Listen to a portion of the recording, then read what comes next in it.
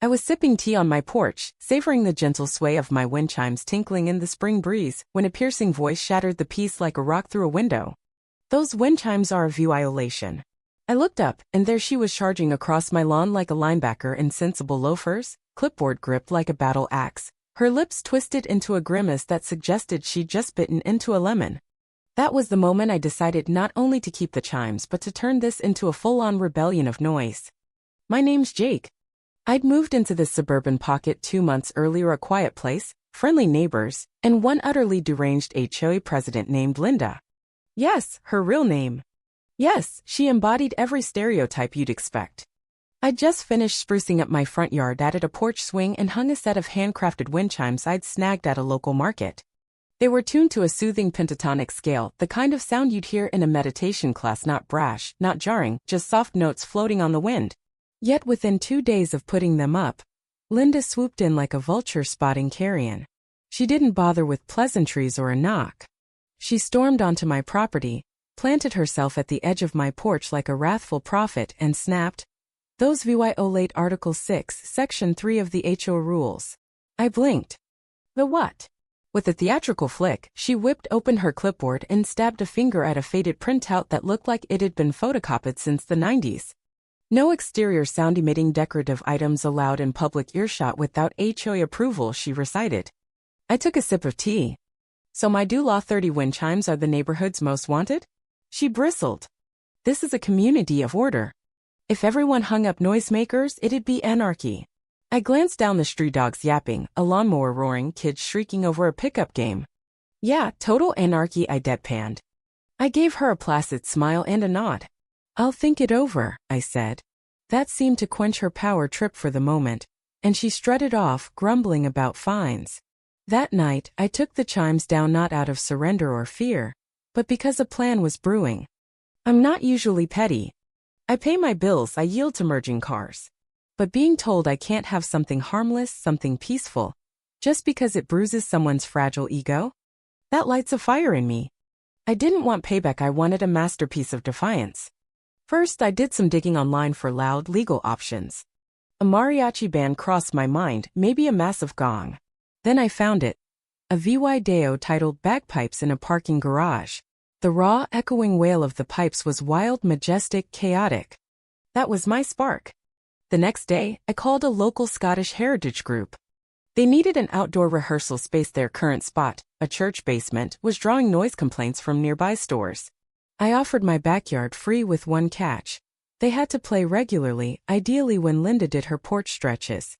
The bandleader, a jovial guy named Duncan, shook my hand and promised to bring drummers. I nearly cried with glee. I'm not reckless, I checked the HOA bylaws. No rules against live rehearsals or cultural events, as long as there were no tickets or amplifiers. I even called the city for a noise check. All good. The only thing louder than the bagpipes would be Linda's meltdown. That Friday at 4 p.m., the first note hit the neighborhood like a war horn. Linda was in her driveway, watering her petunias. She froze. Bagpipes don't tiptoe in thou, declare war. 5 pipers and 2 drummers unleashed, Scotland the brave, like they were storming a castle. I sat on my porch, tea in hand, and waved. She didn't charge over right away. She waited until the 3rd tune, then stomped up, face flushed, yelling over the music, "Turn it off. This is harassment." Duncan cranked it up. I shrugged, pointed to a laminated HOA rulebook I'd stuck on a yard sign, and shouted, "Page 4 cultural events are fine with resident consent." I consent. She stormed off, already dialing someone, but I wasn't worried. I dotted every I. The harder she pushed, the deeper she'd sink. Neighbors peeked out, filming, clapping. One guy set up a lawn chair. Kids danced in the driveway. It was becoming a party. That night, the neighborhood Facebook group exploded. Half the street loved it. Some asked for the next show. Linda posted a furious all-caps rant about a hostile takeover of community standards.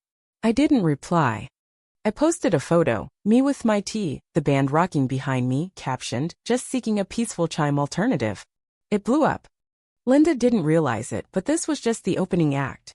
The bagpipes became our anthem every day at 4 p.m., the pipes and drums rolled through like clockwork.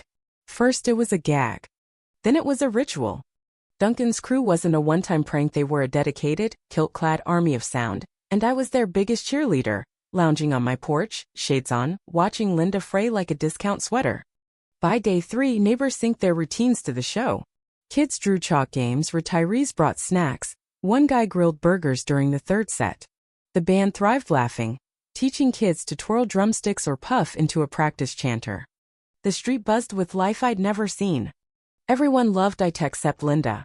She glowered from her deck like a bitter warden, sipping something too tart to be tea, every note etching deeper lines into her scowl. She tried her old trick, snide signs, clipboard patrol, but no one cared. She wasn't scary anymore, she was a punchline. On day 5 she cracked. Amazing grace. She marched over, planted herself in front of Duncan and barked, "Stop this noise. This is a neighborhood, not a carnival."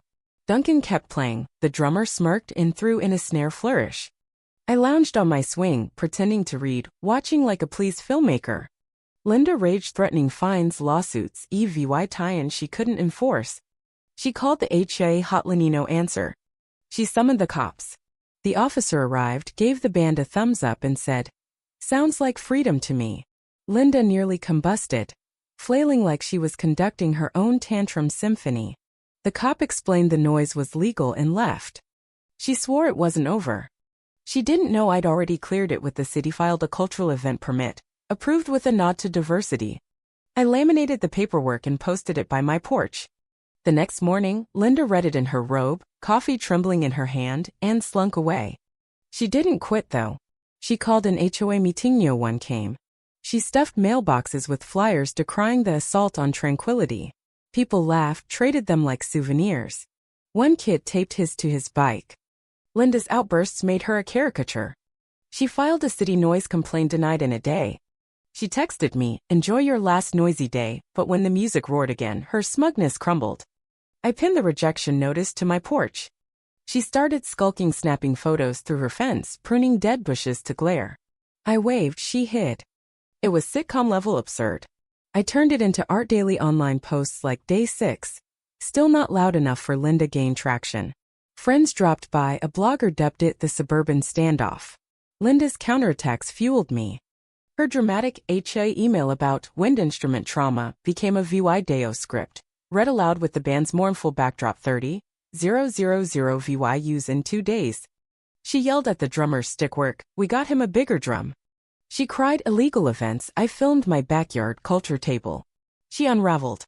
Even her ally, 2 old ladies, defected. One brought cookies, the other waved with earplugs. Linda was alone, powerless, and I was just warming up. By week 3, the bagpipe sessions were a neighborhood staple, an accidental unity event. Linda, though, went full obsession. She called the cops again, lights flashing, dramatic as MOVYE. The officer sighed. "Linda again?" I handed him my permits. He left without a word. Then came animal control. Someone, guess who, reported a possibly aggressive goat in my yard. I showed the guy my goat-free property and my chill retriever. He smirked, angry neighbors with time. Code enforcement, fire marshals, even a food safety inspector. I don't bake, followed all Team Jake by week's end. I pinned their cards to a Linda's greatest hits board. She tried rewriting the HOA rules, an anti-noise petition. 2 signatures, her absent husband and a clueless new couple. Everyone else cheered me like it was a game. Kids wore Bagpipe's Live Matter shirts. Linda fumed. One night my doorbell cam caught her sneaking in with shears. "Aiming for my practice makes pipes perfect" banner. The motion light flared, she tripped over a gnome, crashed into my roses. I sent the footage to the cops. She got a cease and desist from my lawyer cousin. She vanished for 3 days, then returned with muffins playing VY Tim. People took the food and shut her out. The moms threw a Scottish potluck in my yard, bagpipes, sausages, a regrettable haggis. Linda watched from her window, a ghost of her own drama. I smiled, knowing the crescendo was near. Her silence broke with the Comic Sans manifesto restoring peace, aiming to ban me and bagpipes. It flopped. Neighbors built bleachers, sang bad lyrics to the pipes. I had an epiphany. Host a regional bagpipe festival. Duncan's network loved it. Weeks later, 10 bands, food trucks, and 200 people flooded my yard. Linda called everyone, cops, inspectors, nobody cared. The mayor gave a speech. She yelled over him, ignored. She tripped into shortbread, a TikTok hit. At an HOA meeting, her antics, false reports, trespassing, misusing funds for spy cams got her ousted. Her house went up for sale. She left on a rainy Tuesday, glaring at my repainted chimes. I sipped tea as she drove off, her tyranny drowned by a neighborhood that chose joy. Post Linda, the air lightened. Neighbors bonded over her absurd reign. Duncan's crew played a farewell gig, gifting me a bagpipe chime hybrid absurdly perfect. We threw an unlindan block party, games, food, new sane HOA rules. The chimes stayed, multiplied. Culture Day was born. Life roared on, free and loud. Linda wanted silence, she got harmony she couldn't silence.